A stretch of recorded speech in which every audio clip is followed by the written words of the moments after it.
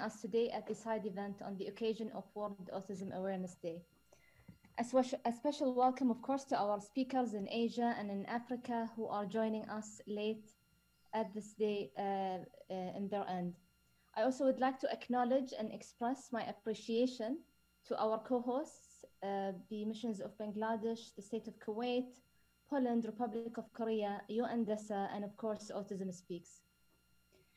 On the occasion of World Autism Awareness Day, this day serves to highlight the importance of improving the quality of life for those with autism and ensuring they can lead full and meaningful lives as an integral members of their societies. Let me remind you that 14 years ago, in 2007, the United Nations General Assembly has adopted a resolution that proclaimed April 2nd as World Autism Awareness Day, a resolution that has been proudly presented by the state of Qatar. Throughout the years, Qatar has proven its leadership in autism research and awareness campaigns. Most importantly, we have paid great attention to the care of people with autism, and we have been keen to enact legislations domestically and internationally that preserves the right of this very important group of society. The COVID-19 pandemic, of course, has highlighted the ongoing digital divide and amplified existing inequalities. The most vulnerable, including those in the autism spectrum disorder, are among the hardest hit. Affordable assistive technologies and access to them is critical to the realization of the rights of persons with disabilities and the rights of persons, of course, with autism in all aspects of society to build back better. As the Secretary General have said just a few days ago, we need to work together with all persons with disabilities and their representative organizations to find innovative solutions to recover better and build a better world for all. We have, of course, an extraordinary panel to discuss these issues today. Current innovative research and possibilities for cooperation is widely open. Most importantly, we will hear from some autism self-advocates. Dear colleagues, let me begin, of course, by thanking again my dear colleagues, the co-sponsors of this timely event. And in this, it gives me great pleasure and honor to give the floor to my fellow co-chair, Ambassador Rabab Fatima, the permanent representative of Bangladesh. Dear Rabab, the floor is yours. Thank you, dear Alia. Excellencies, ASG Maria Francesca, distinguished panelists, Mr. Andy Shee, dear friends and colleagues, very good morning. And on behalf of all co-sponsors, I join Ambassador Ali Al-Thani to extend a very warm welcome to our event today marking World Autism Day. We are very pleased to have an outstanding panel of experts with us today, and we are looking forward to a very rich and productive discussion. Excellencies, as Alia has said, we are here to discuss the impact of COVID-19 on one of the most vulnerable and challenged segments of our society, that is children with autism spectrum disorder. Children and persons with autism react differently to changes as they tend to thrive on consistency, structure, and routine. Unfortunately, such an environment is seriously compromised due to the pandemic. The education system as a whole has suffered severely in this pandemic. According to UNICEF, up to 1.6 billion children were affected by school closures. Although many societies try to adapt to the situation by introducing virtual learning, only 33% of children and young people globally have internet access. This digital divide further exacerbates the vulnerabilities of children with autism, especially those living in poverty. Excellencies, in Bangladesh, we have put in place strong legislations and programs to protect people with disabilities and neurodevelopment disorders. And this includes support and learning centers across the country and other referral services, including disability inclusive e-services. Raising general awareness and mainstreaming the needs of this group of children and individuals with special care is a key priority for us. And this commitment and leadership comes from the top, from my Prime Minister. We are very pleased to have today with us the chairperson of our National Advisory Committee on Neurodevelopment Disorders and Autism, Ms. Saima Wasid, on the panel today, and we look forward to hearing more from her. Excellencies, dear colleagues, as we strive to recover better, we must consolidate our efforts at the global level to promote and protect the rights, to their rights, to support efforts at the national level for the well-being of people with autism. We must ensure their full inclusion in every aspect of our societies. There's certainly much more that needs to be done, as we realized very dearly during this pandemic. Let me briefly highlight a couple of points before we move on to the panelists. First, we need more investment for research and development of new technologies to support individuals with autism disorders, especially as we saw during the pandemic. Secondly, we must bridge the digital divide so that technologies be made available to and accessible by all, regardless of their social or economic status. We need to explore means to help children with autism learn and develop skills without any disruption, including by making available assistive devices and online-based therapies. The pandemic has made us realize the critical need for access to such technologies.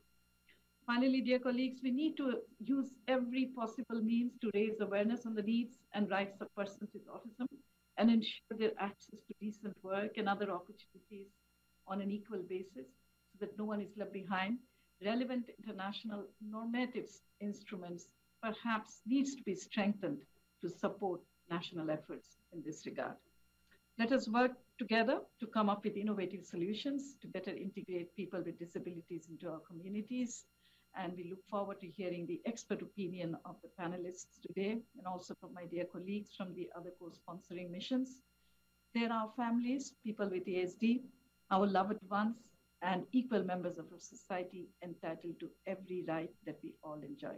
I thank you. Handing it over to you, Alia. Thank you so much, dear Ambassador Rabab. I will move on now, and it gives me great pleasure, of course, to give the floor to His Excellency Ambassador Ronaldo Costavello, the Permanent Representative of Brazil. Thank you very much. Good morning, distinguished colleagues, distinguished panelists, participants. It's a pleasure to be here. I would, of course, like to start by thanking Ambassador Ali Al-Thani and all the other co-sponsors for her leadership role in particular in organizing this event for World Autism Day. I am honored to be with you today. There is an underlying and yet very powerful message in the call for awareness that brings us here this morning. The core lesson we must take is that raising awareness requires that we combat ignorance and prejudice. Persons with autism know this all too well. Their fight against discrimination is a daily and constant struggle. Whilst we may, and in fact should, celebrate their resilience, the quest for inclusion cannot be a fight they should wage alone. As member states of the United Nations, we have a commitment and an obligation under the Convention on the Rights of Persons with Disabilities to build a more inclusive society for all. In order to achieve this, we must recognize that persons with autism are capable of being effective agents of change in the communities in which they live. As such, they have the right to be included in the design and implementation of public policies that affect them.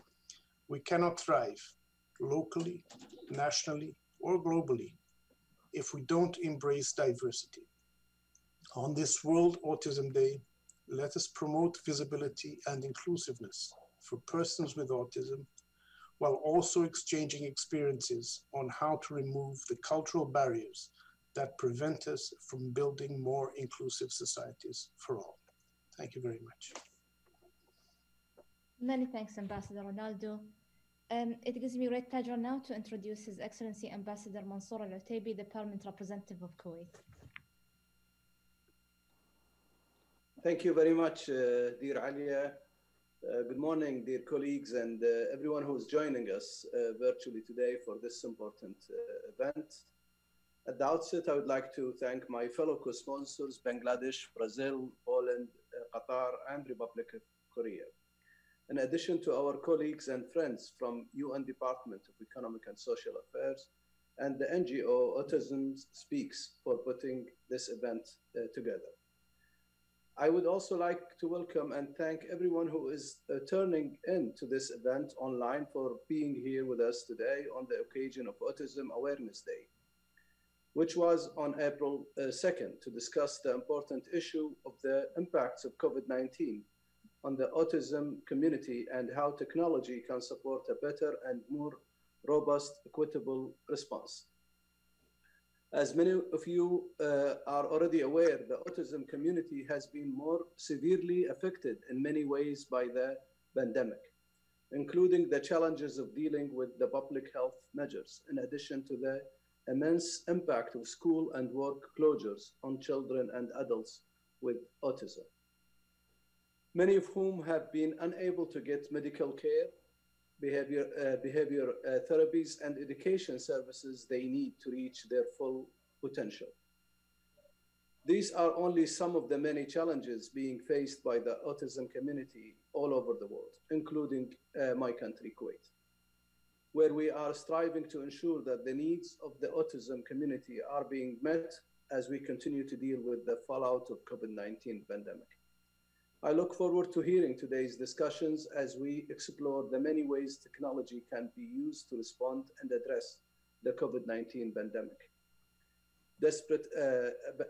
COVID-19's pandemic disparate impact on the global autism community, in addition to looking at the positive role that global partnership and multilateralism can play in this context. Thank you very much. Thank you so much, Ambassador Mansour. It gives me great pleasure now to introduce Ambassador Joanna Veronica, the permanent representative of Poland. Thank you very much. I would like to thank the permanent mission of Qatar for organizing this very important meeting. I am also honored to be with you and among the co-sponsors. A few days ago, we celebrated the annual World Autism Awareness Day, which aims to remind us about the need to recognize people living with autism and to highlight the importance of improving the quality of life of those with autism, as well as promoting their equal enjoyment of all human rights. People with autism face multiple challenges, including barriers to accessing education and employment on an equal footing with others, denial of the rights, and limiting of the freedom to make their own choices. The current COVID pandemic has brought further negative effects on the person on autism spectrum. Due to the lack of accessible information, many persons with autism experience problems with understanding what the COVID-19 is and the nature of measures required to fight it. They also face challenges in implementing social distance and hygiene-related regulations of pandemic. Moreover, they are vulnerable to exploitation by others, since the usual community support which they received before the pandemic no longer functions to protect them. The pandemic has shown us as well how important technology in our lives is. For many people on the autism spectrum, access to affordable assistive technologies is prerequisite to being able to exercise their basic human rights and participate fully in the life of their communities, and thereby contribute to the realization of the Sustainable Development Goals. Assistive technology can reduce or eliminate the barriers to their participation on an equal basis with others. I would like to share with you some of our domestic policies in promoting the rights of persons with autism. Policies and programs implemented by Poland aimed at enhancing the protection and promotion of rights of persons with disabilities, including the mental disabilities, and are based on the principle of the individual approach. Therefore, the primary concern when selecting the type of support are the specific needs of an individual person. It is also important that these policies are coherent and apply to all aspects of life.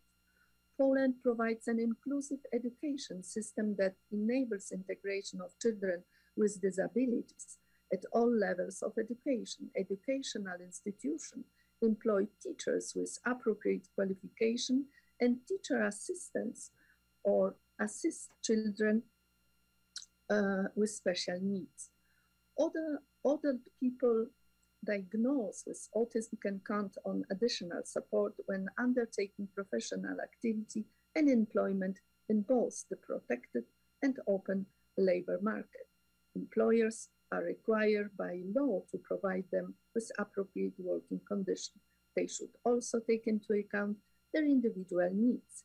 Poland also ensures that persons with disabilities can fully exercise their political rights. There is a number of special regulations to allow them to participate actively in the election, such as postal vote or proxy vote. Therefore, I reiterate Poland's commitment to promoting and protecting the human rights of persons with autism.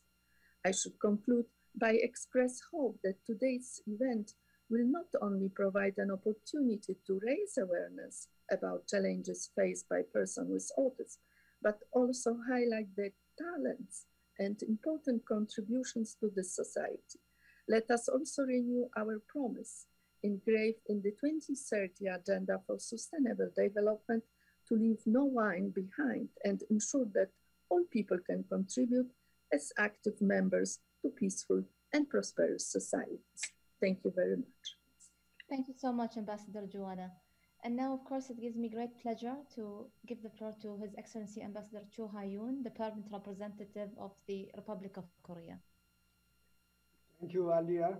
I'd like to express my sincere thanks to the State of Qatar for hosting this very important event.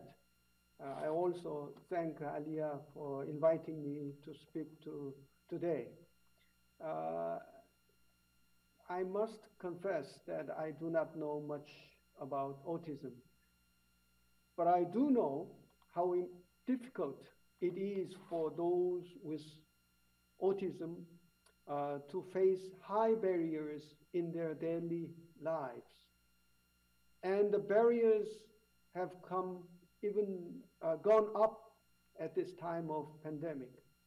Therefore, we have to explore, research, and do something more to study the relationship between autism and technology so that we can enhance the accessibility for individuals with autism. In doing so, we need international cooperation because we need more case studies, more success stories to share and to emulate. Eventually, we will build a global autism community to raise their awareness for their rights and inclusion at all levels.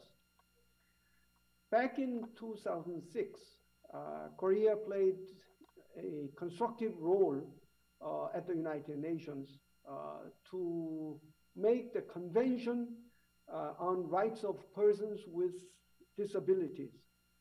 Since then, every December, the Korean mission, just in front of the United Nations building, hosted a reception for the participants for the convention.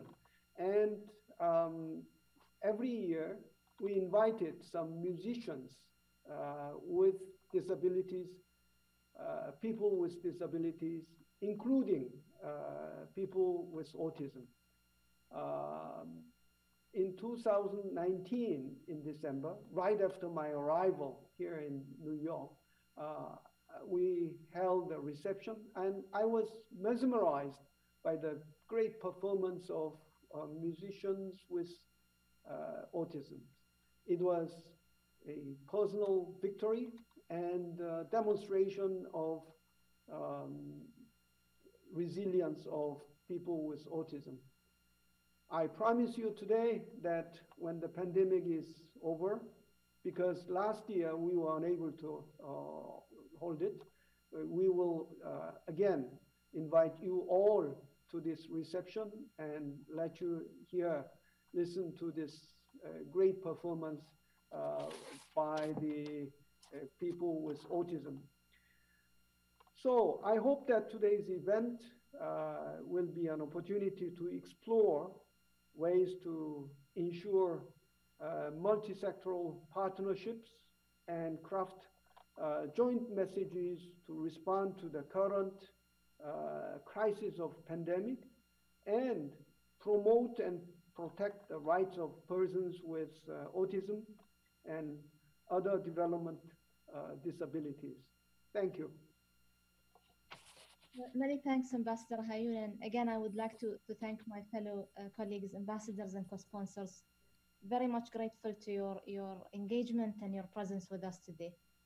Dear colleagues, we need now to set the tone for the discussion, and no one can do this better than Her Excellency Mrs. Maria Francesca Spatolisano, who is the Assistant Secretary General for Policy Coordination and Integration Affairs within UNDESA. Of course, Mrs. Maria Francesca is known to be a key in advancing the rights and inclusion of persons with autism in the UN system. Dear Maria, the floor is yours. Thank you very much. Excellencies, distinguished delegates, ladies and gentlemen, on behalf of DESA, the UN system's global focal point on disability issues, I would like to express my deep appreciation to the state of Qatar and to Autism Speaks. Thank you for making this a commemoration of the World Autism Awareness Day possible. Our department is engaged in the global process of supporting recovering better towards an inclusive, accessible, and sustainable post-COVID-19 world. Together with the community of and for persons with autism, including member states, other UN entities, academic institutions, the private sector, and many other stakeholders, we are putting into practice the commitments of the Convention on the Rights of Persons with Disabilities and the 2030 Agenda as an integral part of the response and recovery from COVID-19. The role of technology, especially information and communications technology, is a fundamental component of our analysis and policy recommendation, as you all know. We are looking forward to today's exchange and future exchanges too in these crucial issues on the global agenda.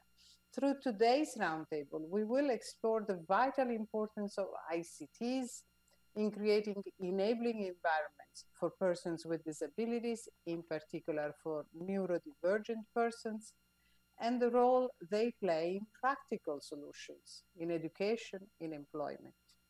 A number of internationally agreed reference documents exist, as you know. First of all, the Convention on the Rights of Persons with Disabilities, the 2030 Development Agenda, and the SDGs.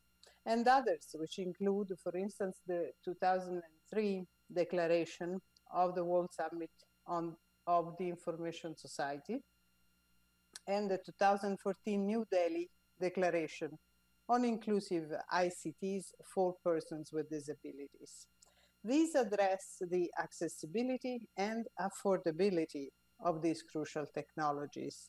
And these are essential conditions, affordability and accessibility, for an inclusive society and development, especially when we think about inclusive education and decent work. So reasonable accommodation for persons with disabilities, including those with autism, as set out in the Convention, should be an integral part of our action for the 2030 Agenda. As we all know, though, progress is uneven and dispersed. Several barriers remain for scaling up the use of ICTs, including gap in awareness, access, affordability, infrastructure coherence, and coordinated policy. Now, the 59th session of the Commission for Social Development deliberated on the priority theme of socially just transition towards sustainable development, the role of digital technologies on social development and well-being for all. It adopted a resolution, which is very important because it has policy recommendations to leverage digital technology to improve the well-being of all. And some of these recommendations, let me mention two. One is to encourage member states to seek universal connectivity by applying, among others, a disability responsive approach to all interventions on digital technologies. And another one, providing targeted subsidies, engage multi-stakeholder cooperation, and facilitate public-private partnerships to address specific barriers to digital inclusion. Indeed, ICTs have enormous potential for making a wide range of current and future services more accessible. And moreover, such technologies are creating a greater demand for wider access to information so as to promote social inclusion. ICTs enable persons with autism by offering differentiated instruction and personalized learning. In the workplace, ICTs empower persons across the autism spectrum, many of whom have difficulty operating in traditional environments, to work remotely and communicate with ease. Yet, online work and schools are only feasible in households with electricity, internet, and proper technology to participate. Even before the pandemic, only 66% of primary schools in developing countries had access to electricity. Additionally, in many low and middle income countries, the learner to computer ratio can reach 500 to 1. Furthermore, in developing countries, only 35% of households have a computer and 41% have internet access. Households, including one or more persons with a disability, are less likely than others to be able to afford these services and technologies. The COVID-19 crisis has only exacerbated these gaps, as you have already highlighted. 40% of the least developed countries have been unable to provide support to learners at the risk of exclusion, including persons with autism. Persons with autism who were unable to learn or work remotely now face disproportionate rates of unemployment and disadvantages also in returning to school. So what can we do to close these gaps? We need to remove these barriers to universal ICT access by aligning the local, national, regional, and global efforts.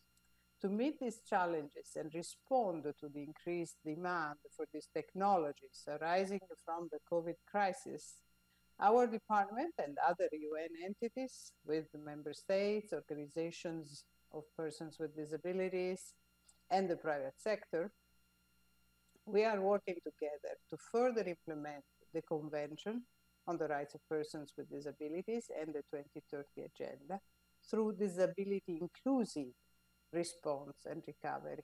These actions include the UN Disability Inclusion Strategy, launched by the Secretary General in 2019, to mainstream the disability inclusion in the operational pillars of the United Nations: development, human rights, and peace and security. We are also strengthening research and analysis on the COVID-19 impact, as you know, and producing a series of policy briefs, which include recommendations for action to address the situation of those left further behind. And in addition, together with leading member states and partners, such as the government of Qatar, we contribute to building new networks of key stakeholders, including persons with autism, and their agencies and leaderships through a wide range of panels and events. Let me recall here that with the leadership of Qatar, indeed, the 2019 International Conference on Disability and Development provided a significant opportunity for the international community to explore the way forward for the disability inclusion in the global agenda. And as I was honored to be a key partner in this conference and follow up. So in conclusion, As we recover from COVID-19 crisis, we should recognize this process as an opportunity to transform our society towards a more inclusive and accessible world for persons with disabilities, including those with autism. In close collaboration among all stakeholders, let us continue to promote awareness and understanding of the situation of persons with autism in this recovery period. We must strengthen our capacity, maximize synergies, and expand our networks to advance universal ICT access, create enabling environment for all, including persons with disability, with autism. And together we can create a more disability inclusive post-COVID world, one in which no one is left behind. And I look forward to the panel discussion. Thank you very much. Many thanks, dear Maria, for framing our discussion today. And now, of course, it gives me a great pleasure to introduce our moderator for the panel, Dr. Andy Shee. Of course, Dr. Andy is one of the biggest names in autism care and research. As the Senior Vice President of Public Health and Inclusion within the US-based organization Autism Speaks, Dr. Andy and his team currently supports ministries, government agencies, and leading non-government organizations in more than 70 countries to deliver better outcomes and quality of life for tens of millions of individuals and families. Dr. Andy, thank you so much for accepting to moderate the panel today, and the floor is yours. Thank you, Your Excellency, for the very kind remark and for this privilege of serving as moderator for this sure to be rich conversation. Your Excellencies, distinguished guests, ladies and gentlemen, it's been more than a year since COVID-19 interrupted and changed life as we know it. Businesses shuttered, schools closed, and families separated. Existing disparities were revealed and widened as the pandemic often ravaged the most disadvantaged and the most marginalized among us. Recent studies have shown people with developmental disability like autism are desperately affected, including higher risks for severe illness and mental health challenges, and less access to education and social support. The pandemic also highlighted the central role technology plays in people's life. Just as we are meeting by video conferencing technology for the first time since the establishment of World Autism Awareness Day by the United Nations, the ways we enhance autism awareness, acceptance, understanding, and inclusion, and the ways that we serve our families and our community also being transformed by technology. Today, we are fortunate to have with us a panel of distinguished experts to share with us their experiences over the past year and discuss the important roles that technology may play not only in timely and effective response, but also in equitable recovery, so no one is left behind. For our conversation, I will introduce each panelist along with 2 questions for our expert to consider as part of their remarks. Without further ado, it gives me great pleasure to introduce our first panelist, Dr. Mohammed Al-Siddiki, the Health Lead for National Autism Plan at the Ministry of Public Health at the State of Qatar. The suggested question for Dr. Al-Siddiki are, as a public health professional actively working to enhance support and services for the autism community in Qatar, and as a mother of a child with autism, how would you describe the experience of families during the pandemic? And then the follow-up question, Qatar's Ministry of Public Health launched a state-of-the-art autism e-learning platform last June to offer parents and caregivers a digital source of scientific information covering educational, social, and health-related topics. How did it support our families during the past difficult year? What roles do you anticipate the platform will play in supporting the equitable recovery in the coming years? The floor is yours, Dr. Al-Siddiki. Thank you, Andy. Your Excellencies, distinguished guests, I'm honored to be here today, and I'm representing a very strong community. It's the autism community. And definitely, Andy, I would like to share my slides with you. And to our guests, we were affected. The autism community was suffering. As a mom of an autistic, an 8 years old autistic child, there was very big difficulty to explain to my child what is COVID-19. and how the pandemic is so risky and so dangerous to go outside. One of the issues that I faced and challenges is just simply how to wear mask and how to teach him to wear mask. And definitely when his routine was broken and changed, it disturbed his sleep and it disturbed my sleep too. So I was suffering and all the mothers and parents were suffering too. There was another aspect, which is the online learning and how we can adapt to it. There was no direct interaction. Our children were away from their teachers, their friends, and I was supposed to deal with my child alone. I felt alone, and all the community felt that they are alone. So we started actually as parents to think, how can we support our children? So we put a lot of pressure actually on them to teach them at home. The good aspect that we had more time to spend with them, but we didn't know how to do it. We were not directed. Everything was new. So lots of tantrums with Ali and all the kids and even the adults was being actually created at that time. They were having a lot of anger issues and psychological effects. So what we thought of in the ministry, as a mom, as a parent, and the parents were actually trying their best to communicate with me and asking me if there's a solution.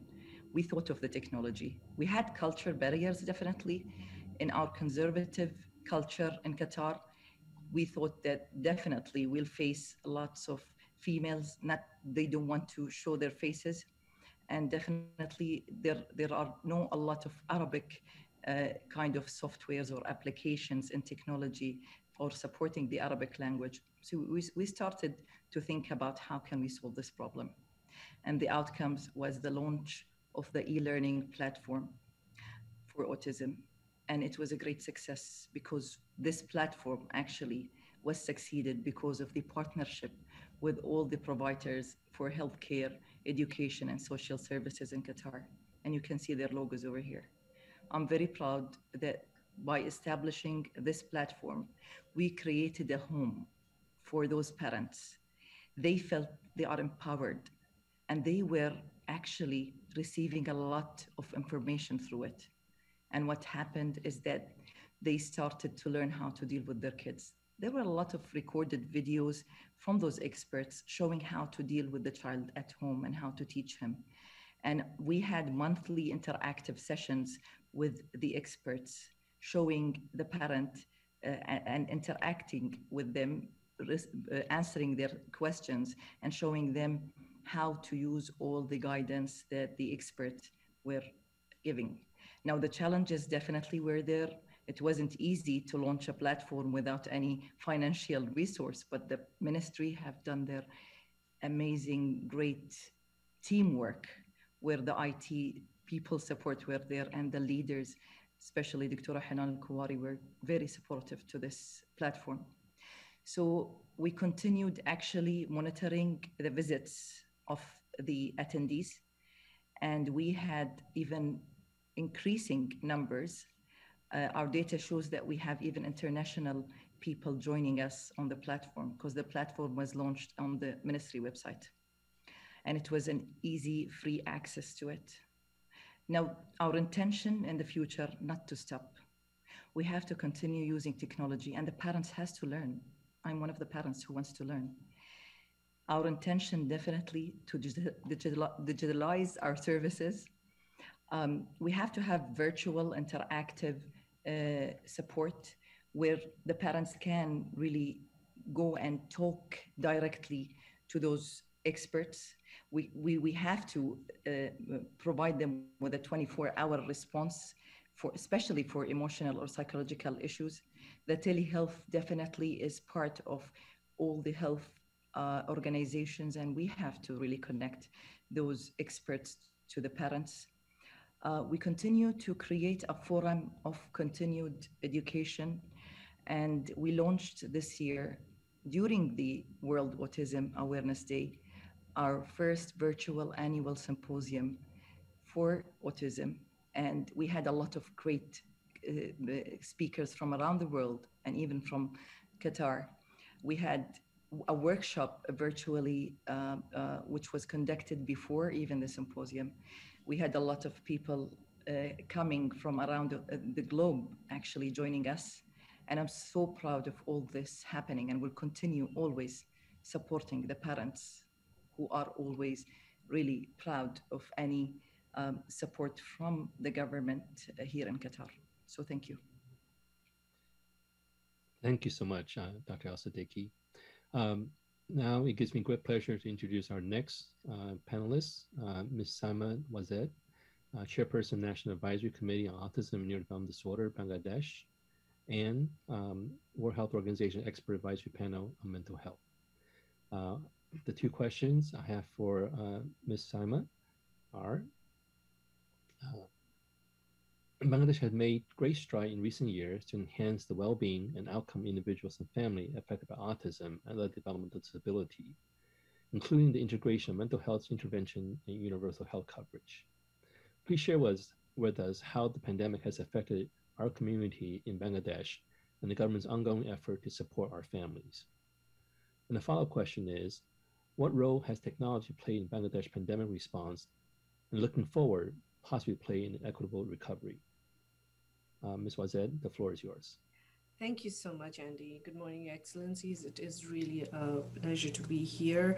It's wonderful to hear all of our permanent representatives really talking about autism in such a constructive and proactive way. This is a very different conversation than when we first started a journey on autism. The things that we are talking about are real challenges.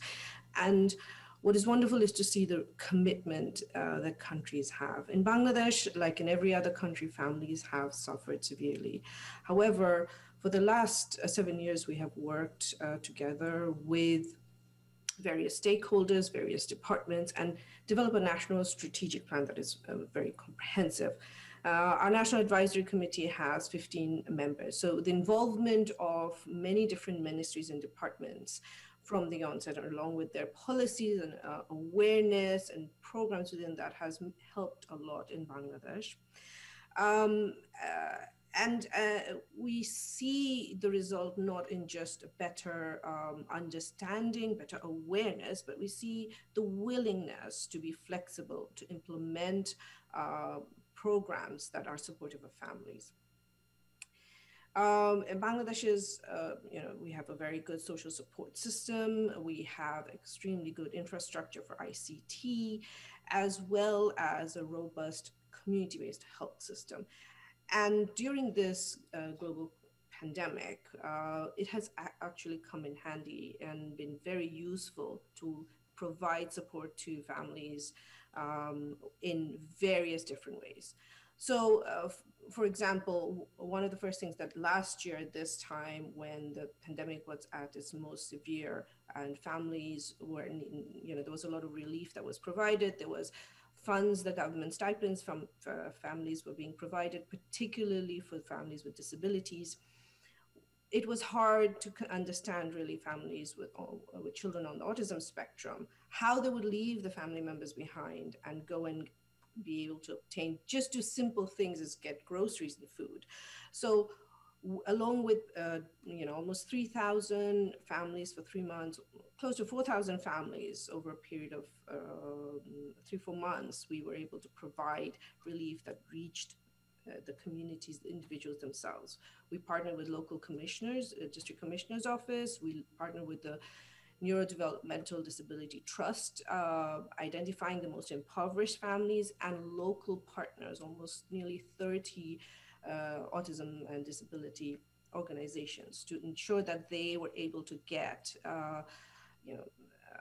sanitizing products, get basic food, so that at least for 2-week supplies at a time. And this was done in addition to all of the other government donations.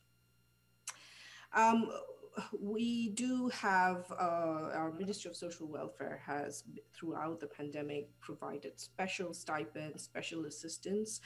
But on the outset, one of the big challenges for autism has been the fact that many, especially families with very high functioning children who are not part, sort of counted, not identified and within the service system because of the social stigma that families face, can continue to face.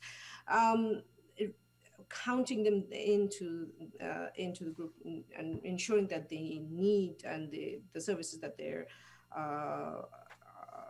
the services that they need continue to receive them.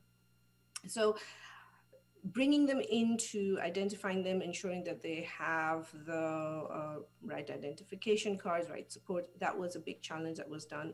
Unfortunately, we were the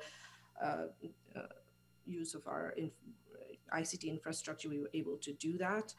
Another big challenge was certainly that was mentioned by the previous speaker was the fact, the learning. And learning not just in the schools, the supports, the therapeutic interventions, and these were provided, but the fact is, the learning that has been done, the therapies have not been, we have not used technology. And families don't always have the right tools in the home or even the network bandwidth to be able to provide that. So many months were sort of wasted and a lot of effort has been provided. Fortunately now, a year later, when we talk to families, when we talk to schools, they have been able to adapt a lot of the support services, a lot of the interventions. But again, doing it in a much more systematic way, doing it where we're measuring the impact continues to be a challenge. Fortunately, we have we had partnered a while ago with the CAS Center in Peru to train our teachers. And we've used this pandemic as an unfortunate event as an opportunity to adapt to those interventions, adapt teaching methods, and implement them and translate them into families. Another thing that has happened in Bangladesh, I have to talk about, is that before, the attitude of many families in Bangladesh was that a child has a disability, we're going to take them to the center, we're going to take them to the specialist. And because parents feel helpless, and this continues because they are truly helpless, because they're not really taught how to work with the children. There is no opportunity really to learn in a concrete way, and it's a very complex issue. So what has happened now is families have been almost sort of compelled to learn because they are home. And this has formed this partnership between the specialists, between the schools and the individuals and within the families, and teach and translate the technical content, the interventions that are usually typically in somewhere else, in a school and center, not always translatable into the home and everyday environment, to really translate that into everyday life. Because the issue with autism all along hasn't been that we don't have the best interventions, is that the interventions are not always translatable to real life. And we're not always easily able to enable individuals on the spectrum to really live productive lives, to live fulfilling life, to be participants in their families, in the communities, and in the economic participation within their country. And that's the glass ceiling that we constantly are unable to reach, because frankly, if you're not an economic contributor for your country, for your community, for your family, you're not valued. And unless and until we address that aspect and think about how we can take an individual with any disability to reach that goal, we are not going to really make a big difference in that person's life. So, this is wonderful to be part of this conversation, and I hope that with a lot of the policies and programs, we can start working towards reaching that goal. Thank you. Thank you so much, Simon, for sharing your thoughts.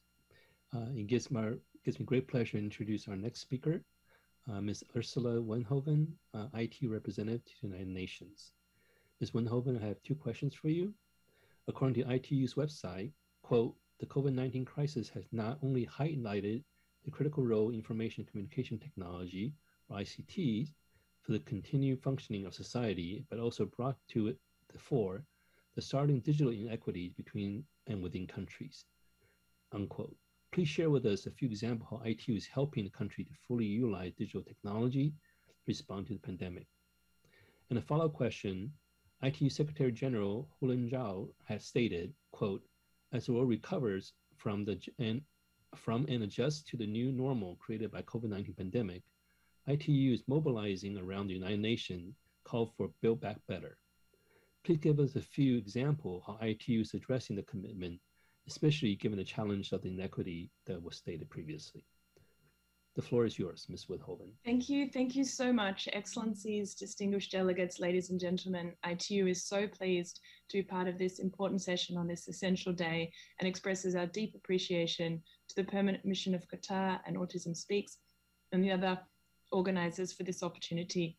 During COVID, digital communication has increased substantially, including due to shifts to remote working and learning, transacting more goods and services online, and even meeting key human needs like accessing critical information and staying in touch with loved ones. And yet, just under half the world is not yet connected to the internet. Persons with disabilities are overrepresented among those without access to ICTs. As we recover from this crisis and build back better, we need to ensure that no one is left offline. ITU is helping countries to fully utilize digital technologies to respond to and recover from COVID-19, build preparedness for future global emergencies, and achieve the SDGs for all people everywhere. Inclusiveness is one of the 4 pillars of what our ITU Secretary General calls the 4 I's: infrastructure, investment, innovation, and inclusiveness. Adherence to these pillars can drive connectivity and guide countries in responding to COVID-19 and in building their preparedness for future emergencies. The ability to access information is a human rights issue. The UN Convention on the Rights of Persons with Disabilities was the first human rights treaty that recognized access to ICTs as a right that persons with disabilities should be able to enjoy, and that obliges state parties to promote a universal design approach in the development of new technologies. Each person with autism has a distinct set of strengths and challenges, and ICTs are key tools that can be tailored to support those strengths and help address those challenges. These tools are not currently available to all, further compounding disadvantage between digital haves and digital have-nots. Affordability, as was already mentioned in this session, remains a really big issue for connectivity, devices, and for software. Universal design is a key way that costs can come down and accessibility can be increased. It can also inspire innovation that benefits the wider group and reduces the risk of bias. For example, technologies such as AI, if not designed in an inclusive way, can present opportunities and challenges for persons with autism. Virtual assistants may not take account of speech patterns of some persons with autism, and AI-assisted security cameras may interpret the way that some autistic people move as suspicious. Higher quality and more inclusive products are developed if the teams developing them are more diverse, and if they take account of the diversity of their users and with end user participation and involvement. ITU advises that persons with disabilities should be involved as validators in the design of technologies to make this process inclusive. The diversity of persons with disabilities themselves and their needs must be recognized in universal design. The CRPD acknowledges the instrumental role of technologies, including assistive ones, in enabling persons with disabilities to exercise their rights and freedoms. But what should be done by leaders and policymakers to ensure an equitable and equal access to ICTs? There's a need to consider at least 3 fundamental aspects, all of which begin with A: availability of infrastructure to access the internet, affordability for the internet service and the necessary devices, and accessibility of ICTs, the possibility to access the available information and to communicate, which also encompasses adoption of policies and strategies to ensure full inclusion and participation in digital society, to benefit from the empowerment that ICTs can support and be able to access digital information products and services, and accessible ICTs such as smart ICTs that have embedded accessibility features from the design stage. And finally, adoption of the ICTs to ensure that capacity is built to know how to use the technologies. Regarding what ITU is doing specifically, Internally, we're making ITU more accessible. This includes our facilities, events, documents, and corporate communication tools, and raising our own awareness. And the UN Disability Inclusion Strategy has been very helpful in spurring our further efforts. Externally, we're working to make ICTs more accessible and promoting the empowerment of persons with disabilities through the use of ICTs worldwide. ITU supports members and stakeholder efforts to ensure that these technologies are available, affordable, and accessible to everyone by providing policy and strategy advice, developing and promoting accessibility-related standards for technology, making available resources, including toolkits, thematic reports, and regional assessments, developing and delivering online self-paced and face-to-face trainings and capacity building sessions, as well as through knowledge development platforms, which enable sharing experience and best practices at regional and global level. See, for example, the World Summit on the Information Society Forum Track on ICT accessibility, and conferences such as Accessible Europe and Accessible Americas. We've also published guidelines on how to ensure that digital information, services, and products are accessible by all persons, including persons with disabilities during COVID-19. Thank you very much.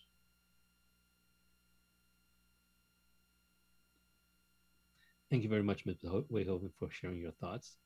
It gives me great pleasure to introduce our next speaker, Dr. Dina Al-Thani, Assistant Professor at the College of Science Engineering, Hamad bin Khalifa University. Dr. Al-Thani, I have two questions for you. How did assistive technology support individuals and families affected by autism during the pandemic? And a follow-up question, what do you think are the opportunities for technology, including assistive technology, in supporting our community's recovery from the pandemic?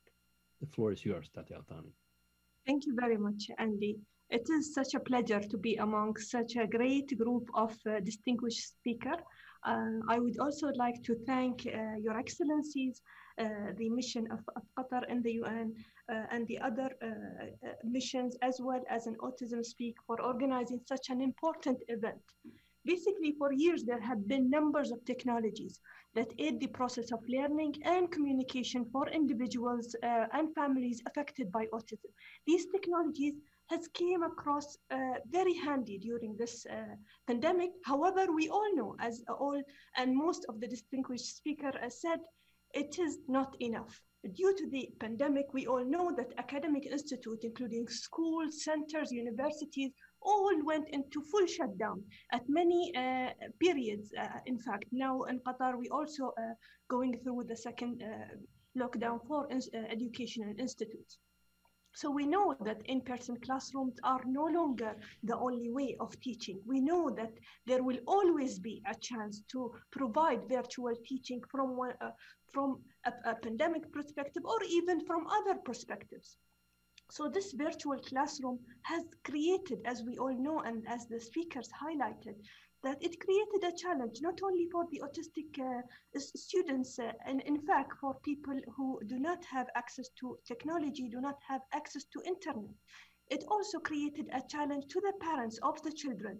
As Dr. Anouf highlighted, they went into a struggle actually in learning the different ways and tools to basically assist their children.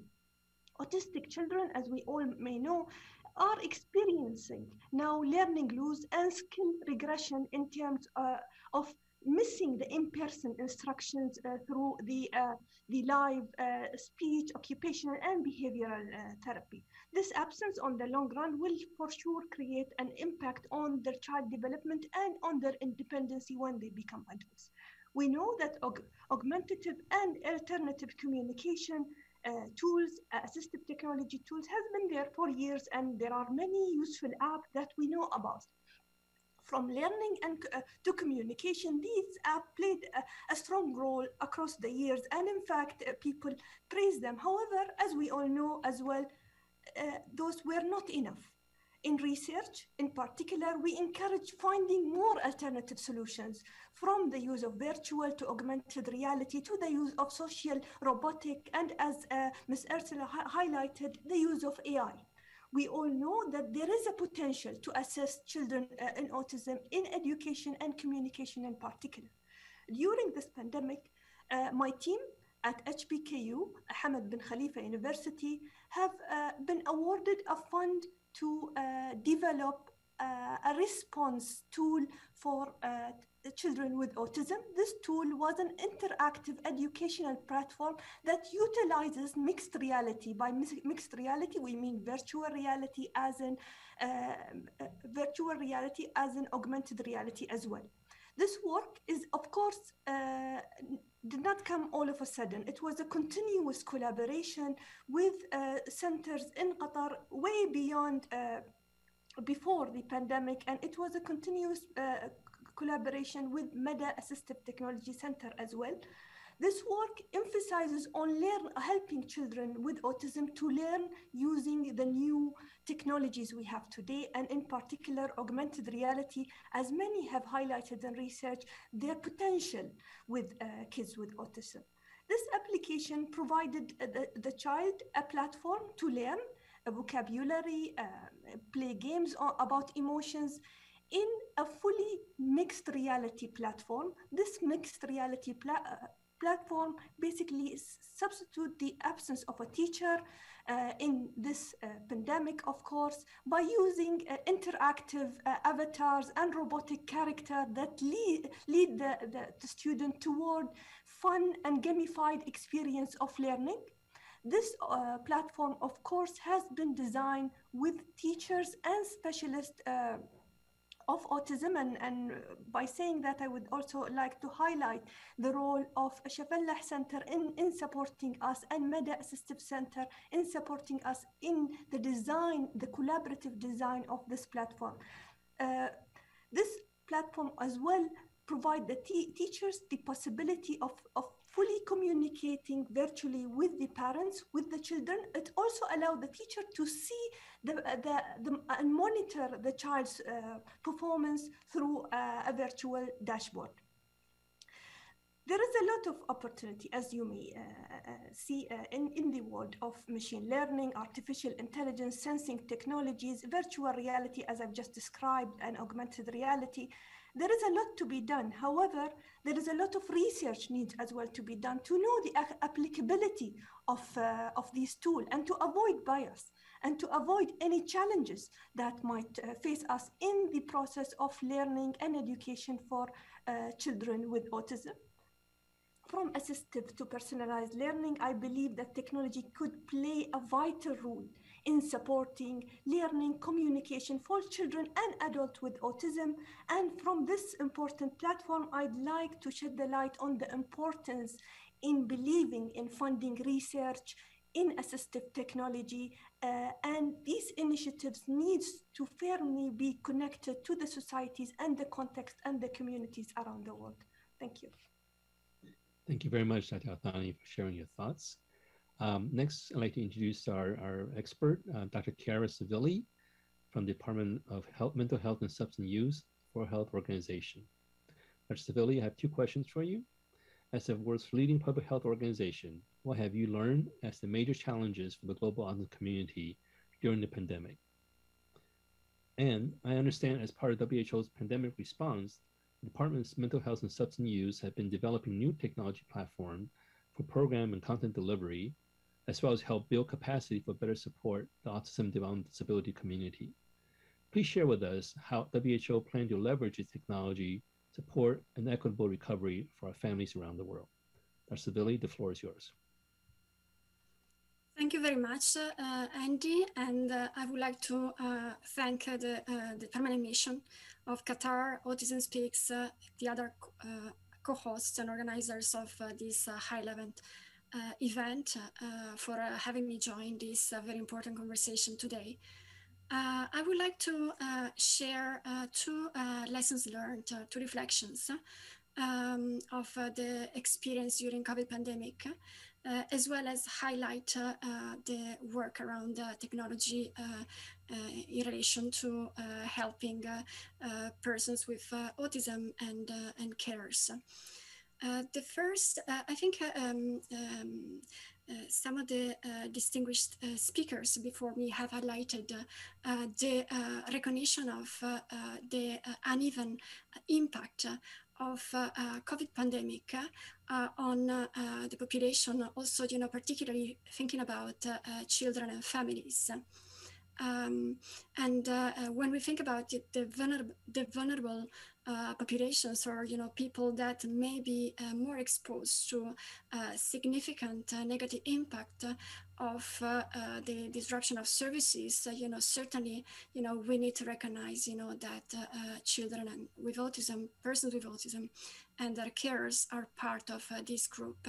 But I would like us to reflect also about the significant impact the COVID pandemic has had on the general population, also particularly of children, young persons, women, and particular carers, and their well-being and mental health as an opportunity, for us really, to see the COVID pandemic as an entry point to advocate and maybe, more strongly advocate for inclusive societies and societies that really recognize the importance of nurturing and enabling environments for all children and families and carers, and also particularly for children with autism and their caregivers.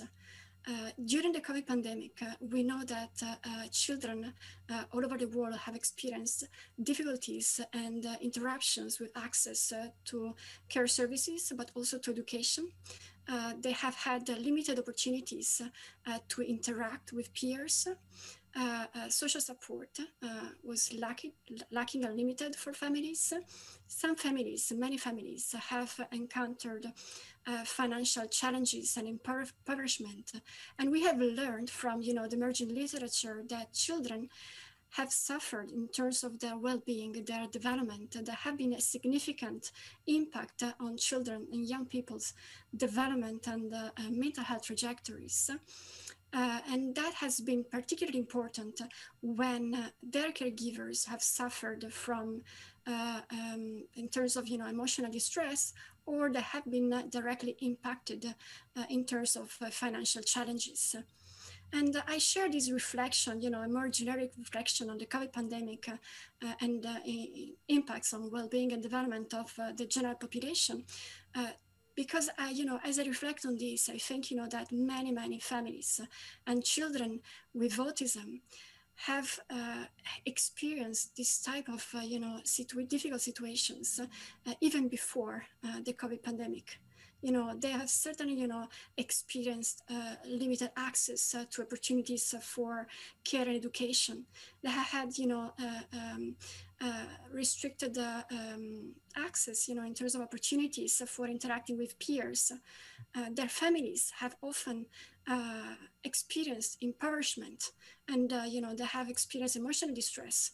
And on top of that, a lot of stigma and discrimination and feeling of guilt in relation to having a child with autism.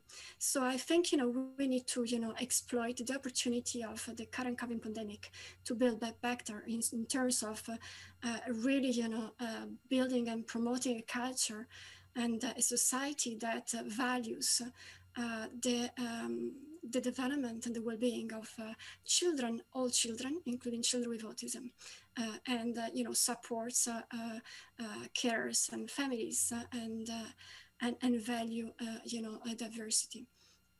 So this is the first reflection. From WHO perspective, we are cognizant that promoting societies that value, that have a better understanding of autism, means also promoting a different promoting knowledge around autism within the healthcare system, starting from the GPs, the nurses, everyone that is working and is part of the health workforce needs to have a good understanding of autism in order to be able to be part of that enabling an inclusive environment that address and abolish barriers for accessing care. The second reflection is specifically about the opportunity of learning from the increased and accelerated, experiences with using technology in the context of delivering care. for persons with autism and other neurodevelopmental disorders during the COVID pandemic. This is a very narrow perspective. I want to acknowledge that WHO has committed to improving care for persons with autism, and the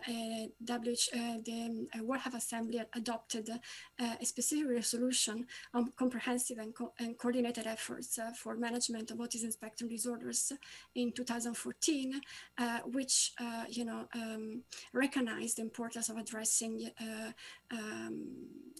improvement of, for instance, health information systems, policies, and other aspects that have an impact on the lives of persons with autism. But this is a narrow perspective around technology and care services for autism.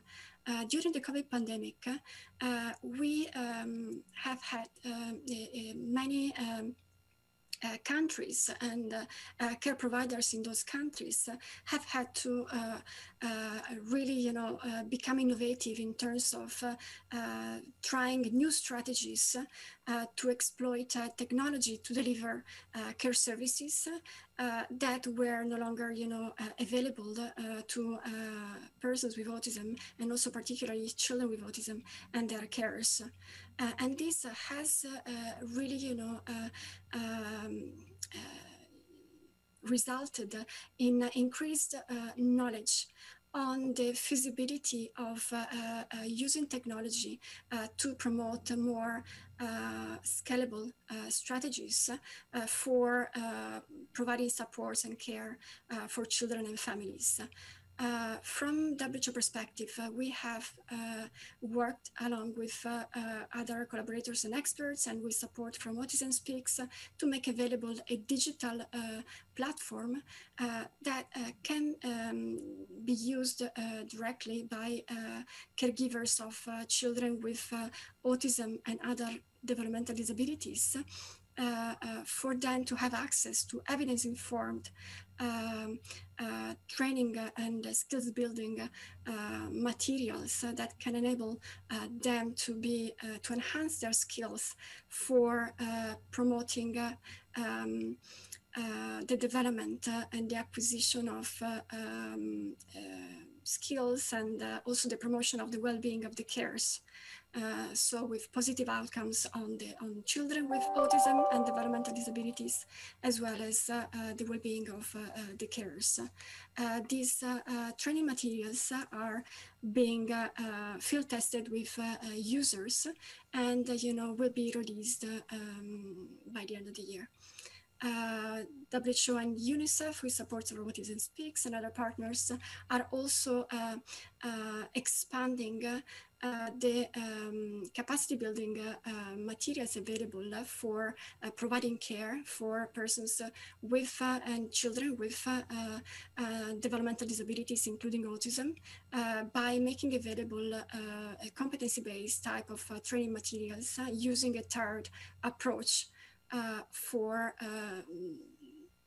building, for training a range of care providers with a focus on community-based care and primary health care.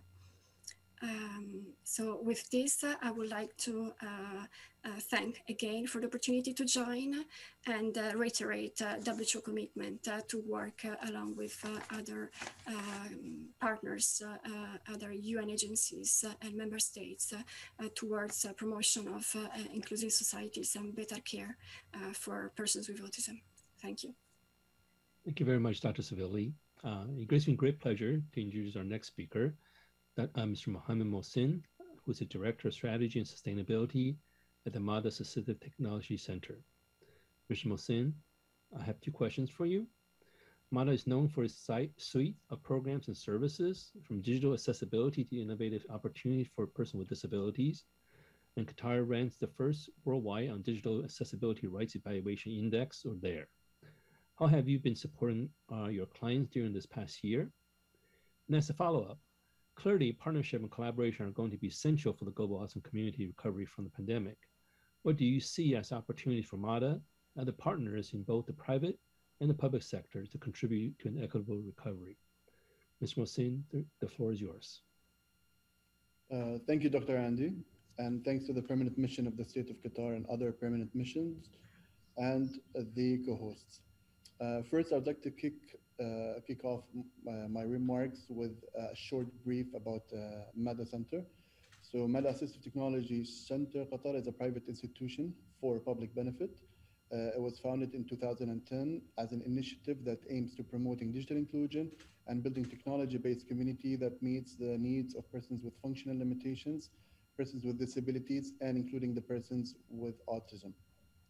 To move to how we support our clients, so we do that through strategic partnerships. The center works to enable the education and culture and community sectors through ICT to achieve an inclusive community and education system. Our goals are, we achieve our goals by building those partnerships locally, regionally, and internationally, by building the partners' capabilities and supporting the development and accreditation of digital platforms in accordance with international standards. We also tend to raise awareness, provide consultation services, and increase the number of assistive technology solutions in Arabic through our programs. We do all that with the aim to enable equal opportunities for people with disabilities, including persons with autism, the elderly in the digital community. To move and focus more on what we did last year through the pandemic and our efforts, I would like to highlight some of our efforts and initiatives. So in terms of access to information during this period, which proved to be a vital area, we did launch two accessible platforms that support access to inclusive information in the education and culture sectors. These platforms provided the necessary information about key services to all members of the society, especially PWDs. These are available online on our website. They tend to have the education platform, the inclusive education platform, tend to have multiple resources that not only people in Qatar or the education system in Qatar, but in the region and even international can use as a guide and as references. In addition to the culture, we felt that was a necessary step due to the lack of centralized or a collection of resources. As my colleagues have mentioned earlier, the education system was hit hard as all the education moved to online. On the other hand, I'd like to also highlight what we call the MADA Assistive Technology Portal. It's a very unique portal that provides information about assistive technologies that can serve persons with disability, including the persons with autism and autistic children. We also have worked hard on that platform in the last year to have it updated to provide all specialists and teachers, parents, etc., with the necessary information and guidance in terms of the use of assistive technology, as mentioned earlier. On the other hand, I would like to also highlight the Meta Innovation Program, as you've mentioned. The Meta Innovation Program is a program that we launched and designed a couple of years ago and have been working on successfully the past years. It aims to encourage innovators to create Arabic solutions for persons with disability, thus increasing its availability within the region through a combination of grant programs. As some of the speakers have mentioned, we lack maybe in the region the Arabic localized assistive technology or innovations or even solutions. So this program aims to support anyone with an idea or localize those ideas to make them available to the public and to the specialists. And when we talk about the Meta Innovation Program, I'd like to always highlight the Tawasul symbols, which was one of the key outcomes of this programs. Tawasul symbols is, in simple terms, a set of open source localized symbols that aim to help persons with autism and communication difficulties have more effective communication in all situations. The Tawasul symbols were created a couple of years ago, but we have worked on them a lot last year, and now we have reached around 1,600 localized symbols. You can find them through our website. Those symbols are used by applications and other innovations to provide support localized AAC solutions. And for the pandemic, we have created a series of symbols just focused and tailored for the pandemic and the measures that we need to do. And we even have developed a guide using these symbols for all the persons with autism and how to care for themselves during this period. And we have published it on our website and had a lot of traffic and a lot of visitors for that resource in the past year. When we talk about solutions, we also are proud that we have established more than 20 major assistive technology stations. As mentioned earlier, assistive technology plays a great role in supporting persons with disability and especially persons with autism during this period since everything have moved online. So these 20 major assistive technology centers, stations, basically they were distributed among the education, culture, health sectors with the aim of supporting the needs. 80 stations provide specialists with the latest equipment and ICT solutions for the available in the available field. And these stations make it easier for people with disability to access in a very short time and take advantage of them. We even launched our latest assistive technology station 2 weeks ago in a key college in the country. So we're proud of that. And assistive technology, as mentioned, and the stations they come in hand with building capability, which is something that we tend to provide to all our partners. Building capability, we build capability in teachers, specialists, to make sure they are able to help the community. We have dedicated sessions and training programs for people dealing with people with autism. We had 8 sessions last year and they were all online successfully. And also worked on multiple best practices and guides throughout the year and have published them on our website. And just to conclude, all this work has resulted, and our effort and Qatar's effort have resulted in us being proud to have ranked first worldwide in the Digital Accessibility Rights Evaluation Index, their index, something that we are proud of, and we aim to continue to work more. And regarding your last point about the collaborations, we value these collaborations, and we tend to increase our collaborations not only on a local level but in a regional and international level. We have multiple partnerships with ITU, W3C, and other entities around the world because we believe there's still a long way to go. A lot of things that can be done to support people with autism and people with disability and even the elderly to make a difference and to help them live normally through these periods and in general. Thank you, Dr. Andy. Thank you so much, Mr. Mohsin. I'm very pleased to introduce our next speaker, Dr. Carrie Margot, who's a professional speaker, best-selling author, autism entertainment consultant, and autism self-advocate. Carrie, I have 2 questions for you. For over a year now, the pandemic has disrupted and upended lives and routines everywhere, including your work as an advocate, speaker, and consultant. Please share with us some of the key challenges that you had to navigate over the past year. And looking ahead, how do you think technology can help autistic adults like yourself participate in and benefit from building back better? The floor is yours, Carrie. Well, first off, thank you all so much for having me here today. Being thrown off your routine and struggling with unexpected transitions could be a challenge for any one of us. But because of my autism, some of these obstacles brought up by the coronavirus outbreak heightened my reactions exponentially. Growing up with autism, transitions and sensory challenges were 2 of my greatest challenges.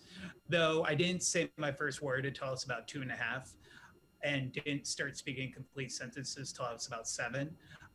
It was never as big a barrier as my difficulty with those transitions and sensory difficulties. I'm happy to say today I have worked through most of my challenges and am one of the few openly autistic professionally certified speakers in the world. Most people even come up to me today and they say, you have autism, but you don't look like you have autism. I still do. I have an invisible disability and still deal with sensory and other limitations to this day. In March of 2020, I was very looking forward to World Autism Month and also World Autism Awareness Day, traveling worldwide, promoting autism acceptance, understanding, and inclusion. But unfortunately, due to the coronavirus pandemic, one by one, every event for the next 6 months for me was either postponed or canceled. And this made me deal with a lot of routine changes, along with many in our autism community have struggled with their mental health during these times because of that change in routine. And others, unfortunately, have dealt with difficulties with regression due to the lack of in-person therapy opportunities as well. For me, my schedule was drastically changed. I experienced burnout multiple times as each group I work with contacted me asking me to look at my calendar as soon as possible for new dates. Simultaneously, I had to cancel every flight and hotel room I had scheduled throughout that time. And I thought to myself how during World Autism Month of 2019, I kicked the month off by talking to government officials in Egypt while also lighting it up blue, the pyramids, and how this year of 2020, I would be doing most of my presentations via Zoom. I began to question my revenue stream and looking towards the future, what I would do for a living. Aside from speaking as an autism entertainment consultant, I try to bring a realistic portrayal of disabilities to our entertainment industry. Most films I unfortunately was working with due to this time pushed their production back to at least mid-2021 with cancellations still going on and pushback dates. Despite this, I tried my best to help our community during this time because there were so many people struggling. My nonprofit KFM Making a Difference continued to provide scholarships, 18 scholarships in 2020 for autistic college students to go to college. And last October, to help small businesses that hire autistic employees, we provided small business grants to them. In terms of the future, technology can truly play a vital role for our autistic community, especially autistic adults like myself. Technology already provides a medium for non-speakers in terms of augmented and alternative communication worldwide. Reliance on technology during the pandemic presents a true opportunity. I believe the continuation of building, for example, on online communities can be a benefit.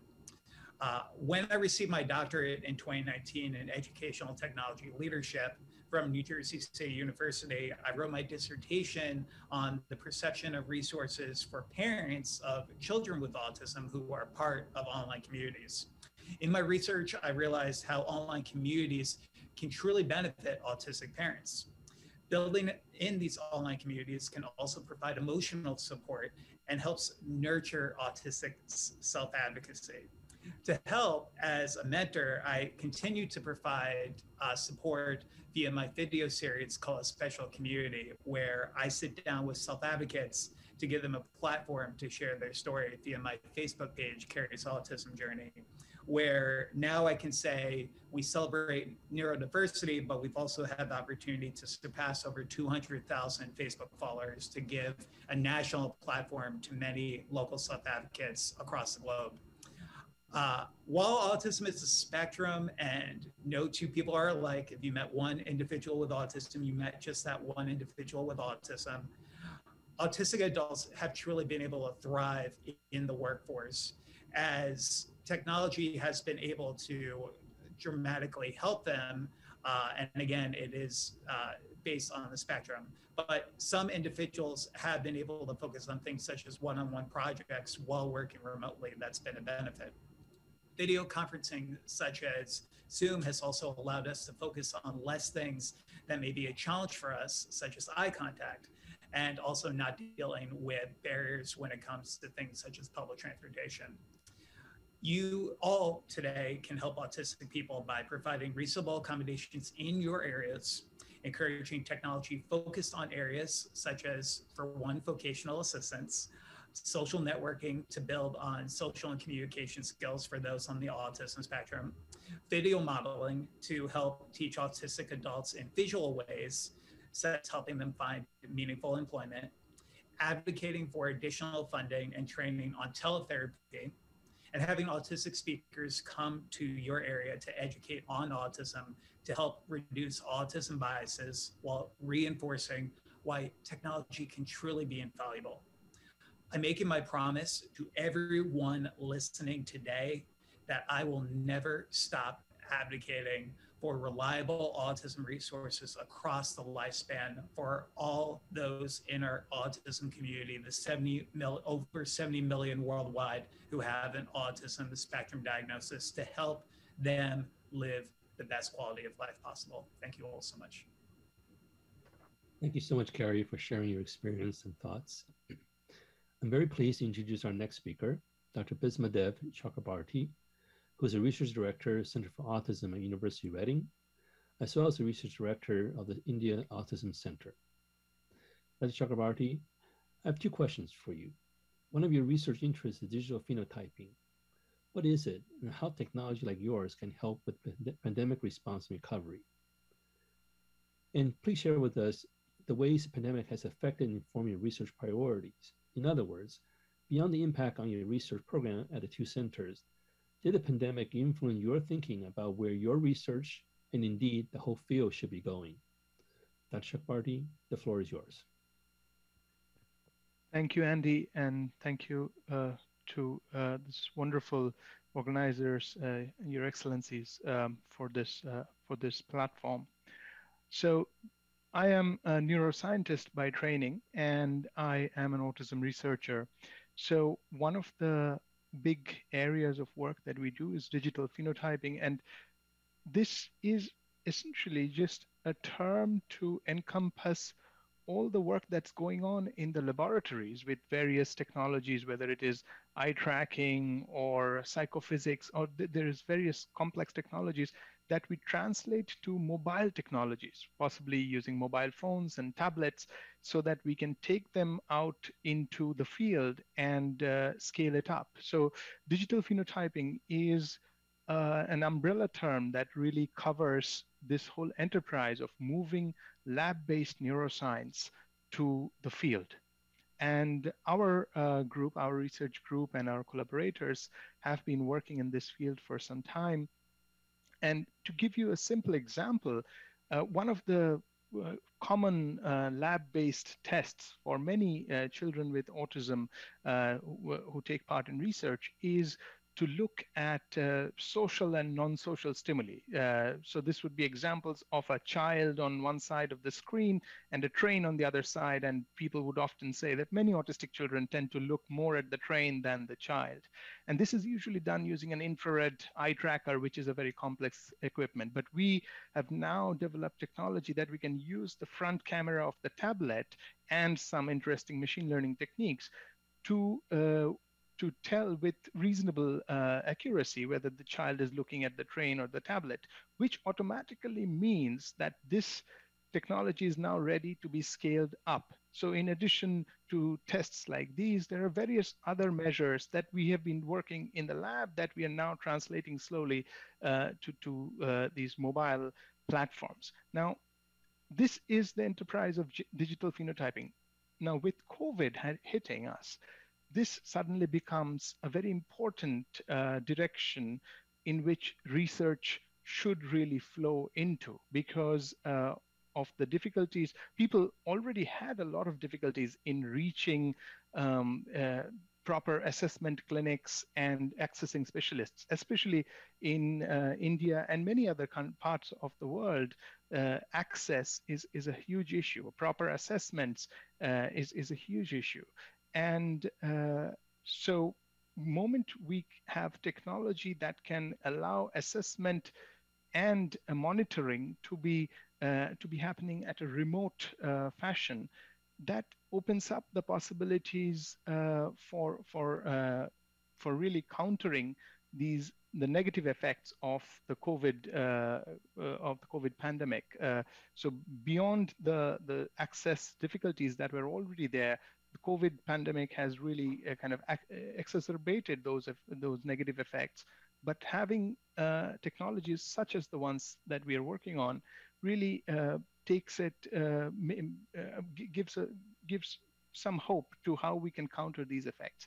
Now, what I have talked about in our kind of work is mostly digital assessments. Now, assessments is just one side of the story. The other side of the story is digital interventions. And again, some of the previous speakers have hinted at that, and that will take even more work. And whether we can completely automate interventions, I am less hopeful about completely automating interventions, but we can definitely have digital aids for providing interventions. So these two things, in summary, these two things about assessment and intervention need to go hand in hand. And the impact of these digital technologies and this research program is possibly only something that we can look forward to as we hopefully move out of the COVID pandemic period and into the next phase of the world. Thank you. Thank you so much, Dr. Chakrabarty. For our next speaker, I'm pleased to introduce Dr. Manasi Kumar, who's a senior lecturer in psychiatry, University of Nairobi in Kenya. Dr. Kumar, I have two questions for you. You have also explored digital technology in enhancing care and services, including intervention. Please share with us the opportunity and challenges of using digital technology to monitor outcomes. And you have also written about potential misuse of technology like digital phenotyping. Please share with us your concern as well as the possible solutions, how you may impact their use to support an equitable recovery for our community. Dr. Kumar, the floor is yours. Thank you so much, Dr. Shi, for inviting me, and thank you for all the distinguished speakers for such insightful presentations, and I've learned a lot. With regards to the first question, I think digital technologies are really important, especially around this global pandemic time.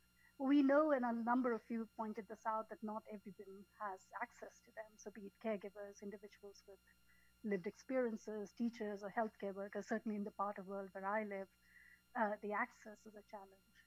At our end, at the University of Nairobi, we are involved in training healthcare workers, both primary healthcare workers as well as specialists, in screening and management using some online devices. And we are working very closely and utilizing the WHO Image Gap, the mental health gap action programs, open access resources, and we are very grateful for some of these tools that are there. Digital interfaces can easily become impersonal, and that's the feedback we've got from a lot of user-centered design testing we've done, and may not capture the complexity of in-person, face-to-face follow-up. At times, facilities don't even have adequate infrastructure for uptake of more complex technologies. So finding optimal interfaces and investments in maintaining and strengthening these is particularly important. Interventions like the caregiving skills training led by WHO, and I know that Dr. Cervelli and Dr. Shi are the face of programs like that, are examples of important initiatives that are there to support caregivers, and leveraging digital technologies to provide hands-on skills to caregivers. They're craving for this kind of a support in this time of need. And this sort of stuff will be very critical. And I was very pleased to learn about the Qatar's Autism e-learning platform. And it sounds like an exemplar, and I would love to learn more and explore opportunities of accessing it. With regards to your question about digital phenotyping, I think the speaker before presented an upside to it and also presented the caveat around its use. So digital phenotyping aims to detect individual behavior, activities, interests, and physiological features to utilize the information to customize the care. That the digital neuromarketing is another added component that develops tools to capture the unspoken feelings or emotions, desires, and cognition of the consumers to various marketing stimuli to foresee personal decisions, such as purchasing decisions in particular. So it's accessing of biological functions without direct knowledge or consent, and using these complex algorithms to track behaviors and modulate behaviors and practices deserves further scrutiny. And certainly unchecked digital phenotyping and neuromarketing is a real dangerous trend. And countries need to have policies and legal structures put in place to prevent the misuse of data for, the big data exercises just for the sake of it, or commercial interests in particular that do not have the well-being of people at its heart. Protecting people from being manipulated by digital phenotyping exercises, has to be paramount in that regard. And countries need to have oversight on digital marketing data and ensure protections are in place for vulnerable populations. In our part of the world, we are seeing a lot of young adults with developmental disabilities and other mental disorders get into alcohol, gambling, other sort of risk exposures through a lot of this digital marketing and the easy access with which these are available. And community and national awareness is the key here. So the public should be educated on the benefits and the harms of using some of these apps or platforms, and public health programs, NGOs, human rights activists, and colleagues that are present here would need to take action on this. And this is of more importance for vulnerable populations, such as individuals with developmental disabilities, particularly autism, in the developing country context, as they are at higher risk of being exploited in such unregulated digital surveillance. So thank you, Dr. Shi, and these were my thoughts around those questions. Thank you so much, Dr. Kumar. Next, I'm very pleased to introduce our next speaker, Mr. Paul Cutler, who's a self-advocate, college student, and blogger. Paul, I have two questions for you. As a self-advocate who communicates and engages with the world daily through typing and assistive technology, what challenges have you experienced over the past year that was made easier or more difficult by your routine use of technology? And looking ahead, how do you think technology can help autistic adults like yourself participate and benefit from building back better? The floor is yours, Paul. So we will share screen. We got it right here. We got it. Listen. Yep. Listen. Can you all see this? Not yet, no. Okay. Chick. So, hang on. You're fine. You're fine. You're fine. Take. I know. Share screen. All right. Can you see this? Yes. Okay. So I'll just we'll scroll through this so you can read it.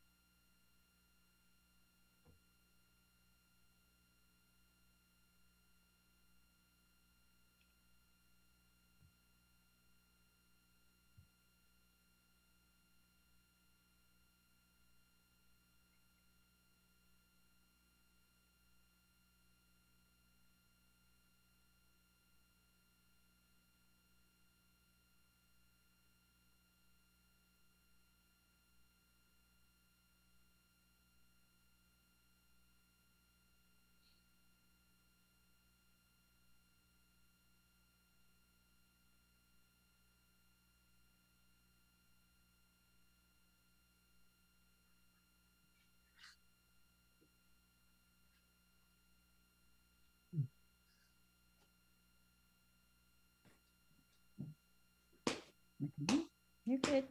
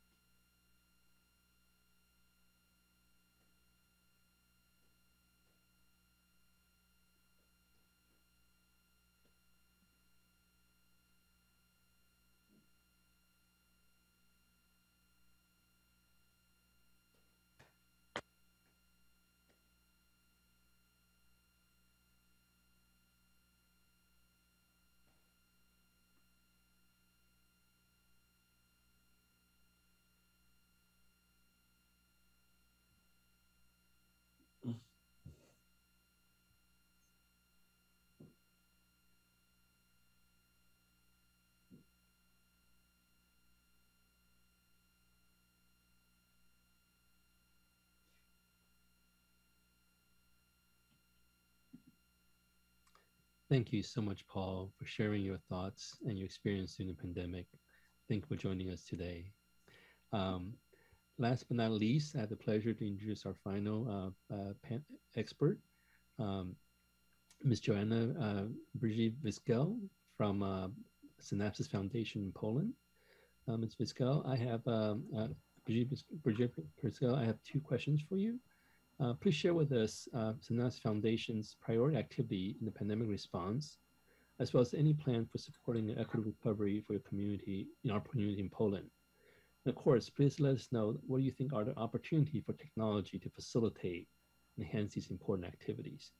The floor is yours. Thank you very much for the invitation. Thank you very much for organizing all this meeting, and thank you very much for the possibility to hear all of you and to share with you our Polish experiences.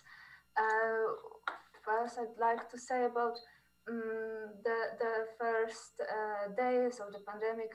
For the first foundation was forced to very much reorganize its program activities because of the worldwide pandemic.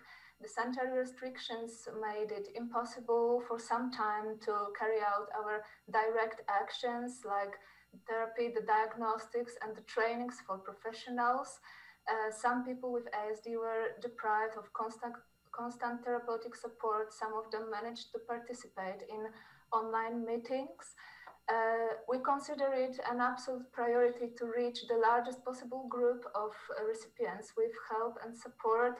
We tried to answer any needs that we could answer during this very difficult time.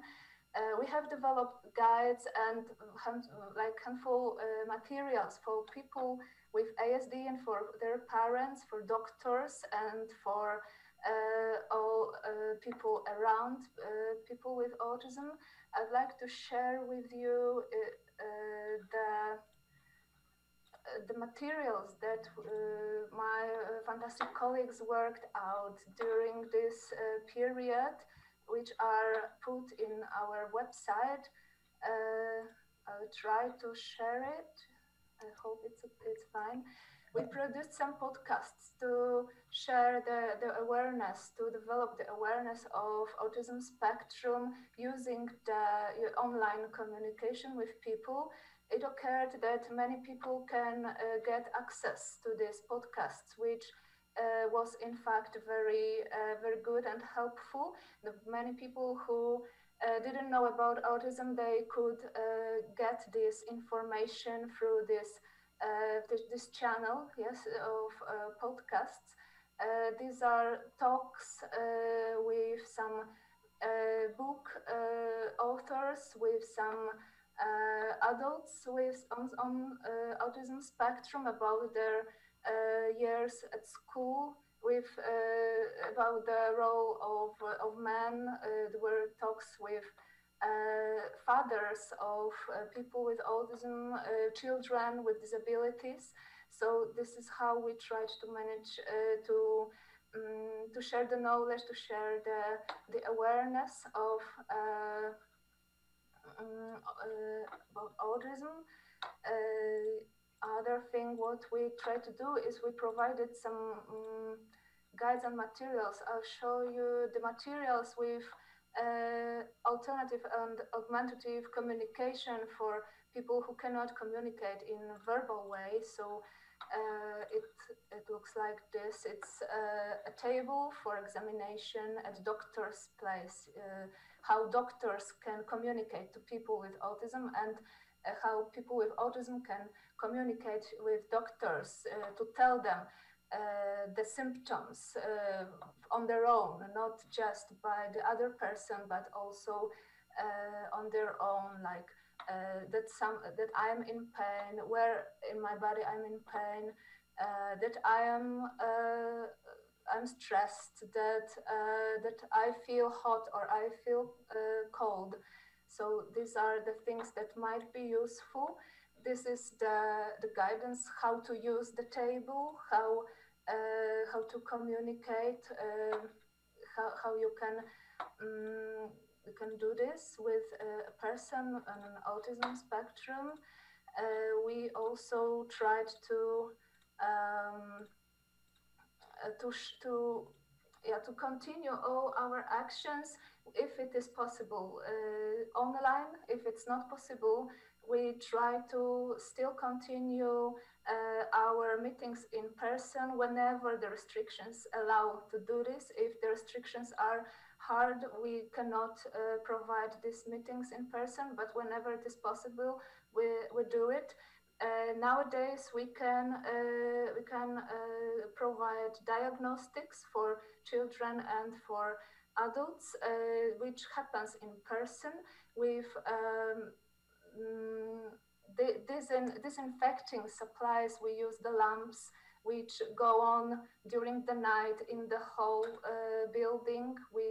Or during the meetings, if it's possible, we use online support for groups of parents. We also provided the groups for parents of children in certain age. There were about 5 or 6 meetings like that, so that parents can meet with professionals, ask questions, ask for help, ask for ideas, how to spend time, how to educate children.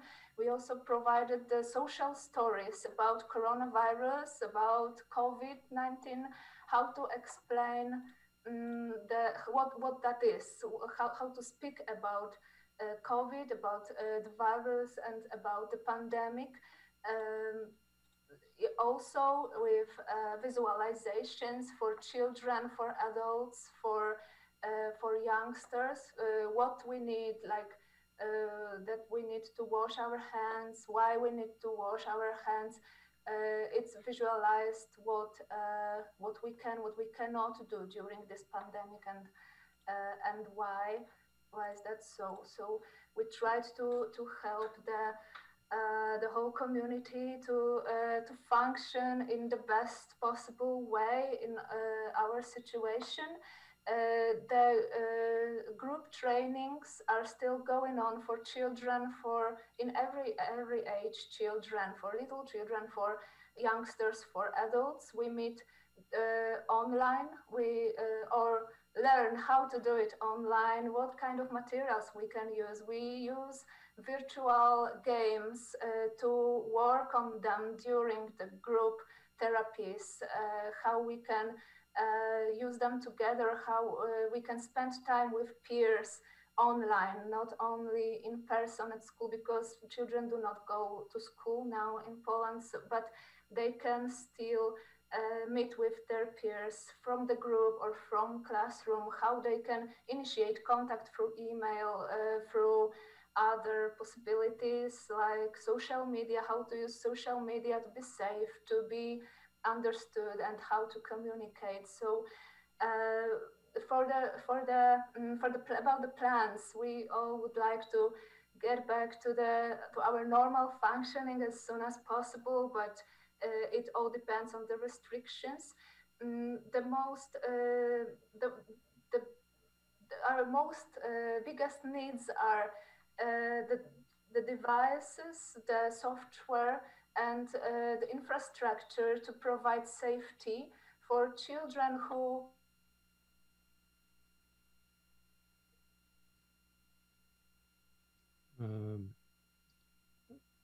Joanna? Unfortunately, seems like we might have lost her. the skills in person in a concrete way.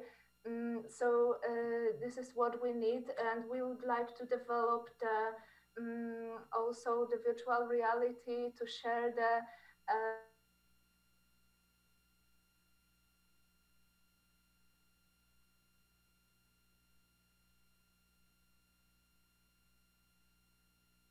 diagnosis. So I think it's the best I can tell for now. Thank you very much for the invitation and for all this meeting. Thank you so much, Joanna, for sharing your experiences and your thoughts.